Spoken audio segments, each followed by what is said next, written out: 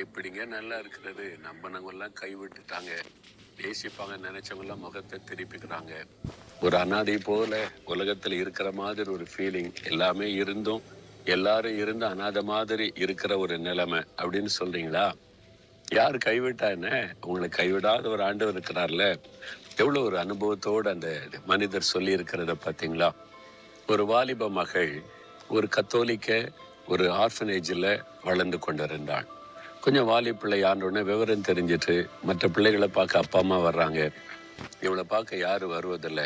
ஒரு நாள் இவ போய் ஃபாதர்கிட்ட போய் கேட்டா, எங்கள் அப்பா அம்மா யாரு?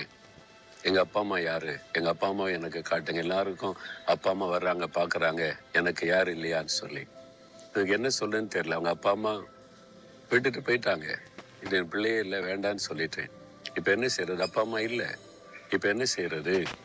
அவங்க யோசித்தாங்க. அழுது கொண்டு வந்து நிற்கிற மகளை பார்த்து, இயேசு கிறிஸ்துட்ட போய் கேளு அப்படின்னு சொன்னாங்க. எங்க அப்பா அம்மா எங்க, எனக்கு யாரு அப்படின்னு போய் கேளு, அவர்கிட்ட கேளு.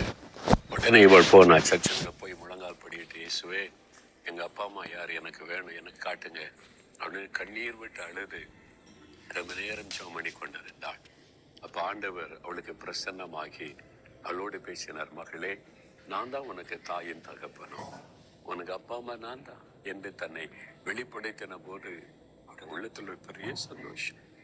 இது எனக்கு போதும், நீங்க எனக்கு தாயின் தகப்பனுமா இருந்தா அது எனக்கு போதும் ஆண்டவரே. உங்களுக்குள்ள ஒரு புதிய நம்பிக்கை, ஒரு வெளிச்சம் உதைத்தது. உங்களை பார்த்து ஆண்டவர் சொல்றாரு, நான் இருக்கிறவனுக்கு உன் தாய் தகப்பன் கைவிட்டா என்ன, நண்பர்கள் கைவிட்டா என்ன, உறவுகள் கைவிட்டால் என்ன, நான் இருக்கிறல்ல உனக்கு. உனக்காக உயிரையே கொடுத்தேன், சிலுவையில ரத்த சிந்தினேன். உனக்கு நான் செய்ய மாட்டேனா? உனக்கு காரியத்தை நான் நடத்தி தர மாட்டேனா? இருக்கு நீ கலங்குற, நான் இருக்கிற உனக்குன்னு சொல்லுகிறான்.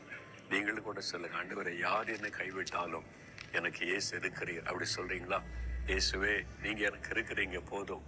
யார் என்னை கைவிட்டாலும் என்னை கைவிடாதவராய கூட இருக்கிறீங்க, எனக்கு எல்லாம் செய்வீங்க. நான் விசுவாசிக்கிறேன். இயேசு கிறிஸ்துவின் நாமத்தில் ஆமென்.